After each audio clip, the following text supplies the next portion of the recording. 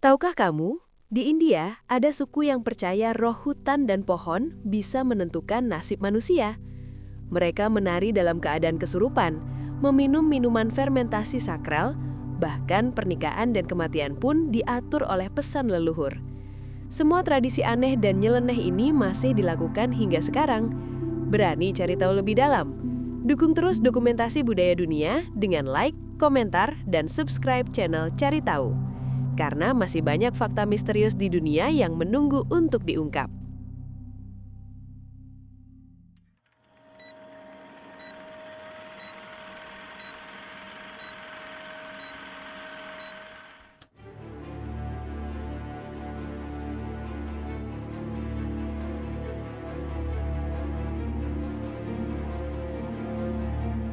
Suku Bodo merupakan salah satu suku asli tertua di India Timur Laut, terutama mendiami wilayah Assam.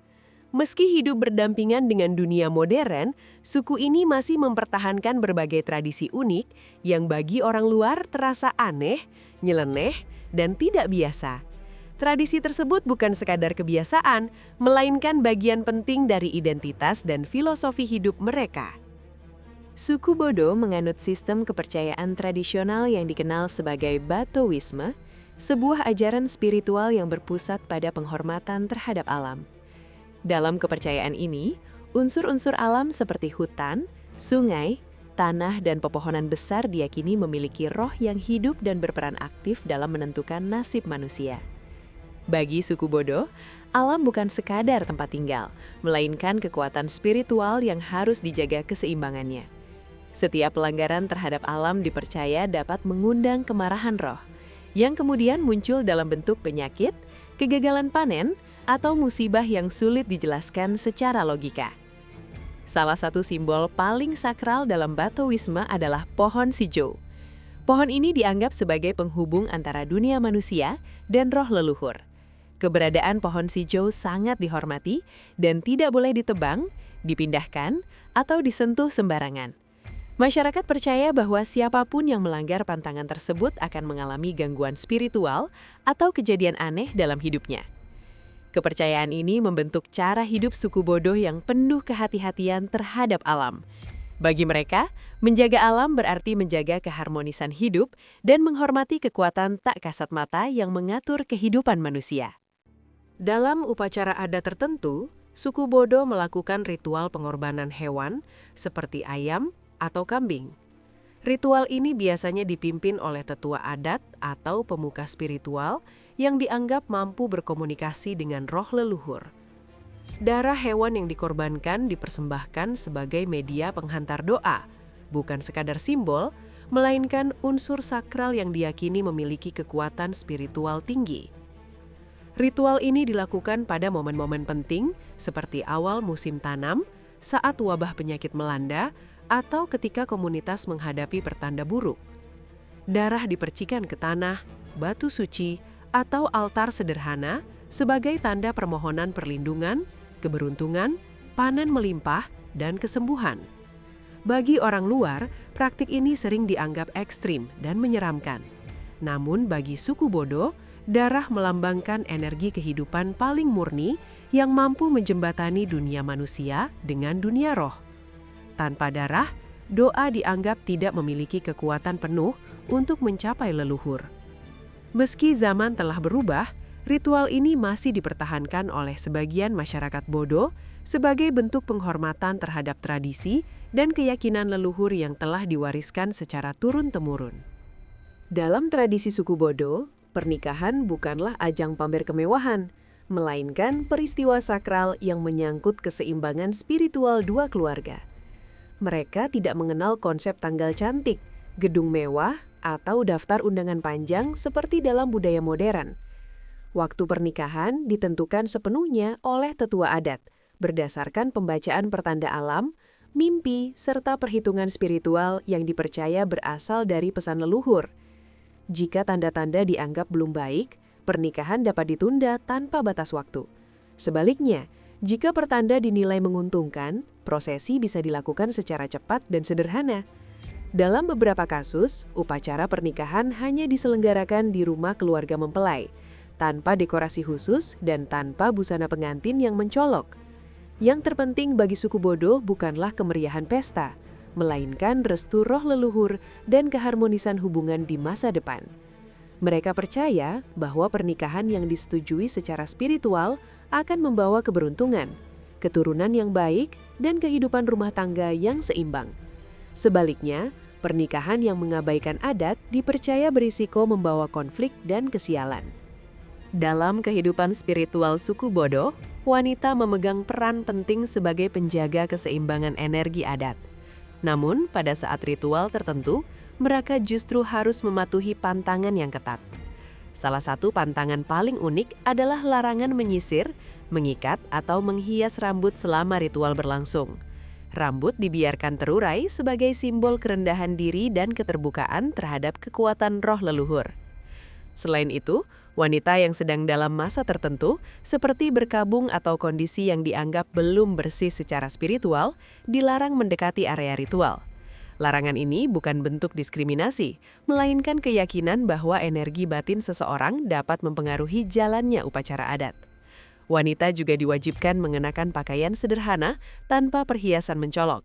Kilau logam dan hiasan dipercaya dapat mengganggu konsentrasi spiritual serta menarik perhatian roh yang tidak diinginkan. Selama ritual, mereka harus menjaga sikap, suara, dan emosi agar tetap tenang. Bagi masyarakat luar, pantangan ini mungkin terlihat mengekang dan tidak masuk akal. Namun bagi suku Bodo, aturan tersebut bertujuan menjaga kesucian ritual, mencegah gangguan spiritual, dan memastikan pesan kepada leluhur dapat tersampaikan dengan sempurna. Salah satu tradisi paling mistis dalam budaya suku Bodo adalah tarian pemanggil roh yang dilakukan dalam kondisi setengah sadar atau kesurupan. Dalam ritual ini, penari dipercaya tidak lagi sepenuhnya mengendalikan tubuhnya sendiri, melainkan menjadi medium bagi roh leluhur yang hadir untuk menyampaikan pesan, peringatan, atau petunjuk bagi komunitas. Tarian biasanya diawali dengan irama musik tradisional yang monoton dan berulang, bertujuan membawa penari ke kondisi trans. Saat kesurupan terjadi, gerakan tubuh menjadi tidak beraturan, mata terpejam, dan nafas terdengar berat. Penari dapat bergerak di luar pola tarian biasa, seolah mengikuti irama yang hanya bisa mereka dengar. Bagi masyarakat suku Bodo, setiap gerakan dan ekspresi penari memiliki makna spiritual. Tetua adat akan mengamati tarian dengan seksama untuk menafsirkan pesan dari roh, apakah pertanda keberuntungan, peringatan akan bencana, atau nasihat untuk kehidupan sosial masyarakat. Bagi orang luar, ritual ini sering menimbulkan rasa merinding dan ketakutan. Namun bagi suku Bodo, tarian kesurupan ini adalah bentuk komunikasi sakral antara dunia manusia dan dunia roh, serta bukti kuat bahwa leluhur masih hadir dan menjaga kehidupan mereka hingga kini. Dalam setiap upacara adat suku Bodo, minuman tradisional hasil fermentasi beras yang disebut zhou memiliki peran yang sangat penting. Zhou bukan sekedar minuman, melainkan bagian dari ritual sakral yang menghubungkan manusia dengan roh leluhur. Minuman ini disajikan dalam wadah sederhana dan biasanya didoakan terlebih dahulu sebelum diminum bersama. Zhou selalu hadir dalam berbagai momen penting kehidupan, mulai dari kelahiran, pernikahan, panen, hingga upacara kematian. Dalam kepercayaan suku Bodo, Zhou dipercaya mampu membersihkan energi negatif, mempererat ikatan sosial, serta membuka jalan komunikasi dengan dunia roh. Menolak meminum zhou saat upacara adat dianggap sebagai bentuk ketidakhormatan terhadap leluhur dan komunitas. Bahkan bagi tamu atau orang luar, biasanya dianjurkan untuk mencicipi seteguk kecil sebagai tanda penerimaan terhadap adat yang berlaku. Bagi masyarakat modern, kebiasaan ini mungkin terasa tidak biasa. Namun bagi suku Bodo, zhou melambangkan kebersamaan, rasa syukur, dan kesinambungan tradisi yang telah diwariskan secara turun-temurun dan tetap dijaga hingga saat ini. Bagi suku Bodo, kematian tidak dipandang sebagai akhir kehidupan, melainkan sebagai perjalanan menuju alam lain.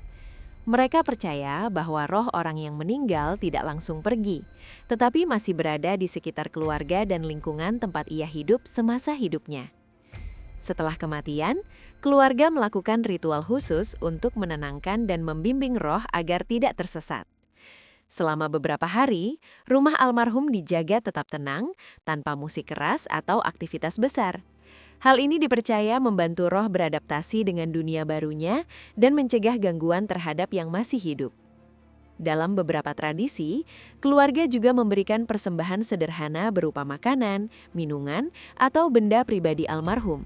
Persembahan ini diyakini sebagai bekal spiritual agar roh dapat melanjutkan perjalanannya dengan damai. Bagi orang luar, kepercayaan ini mungkin terasa mistis dan tidak masuk akal.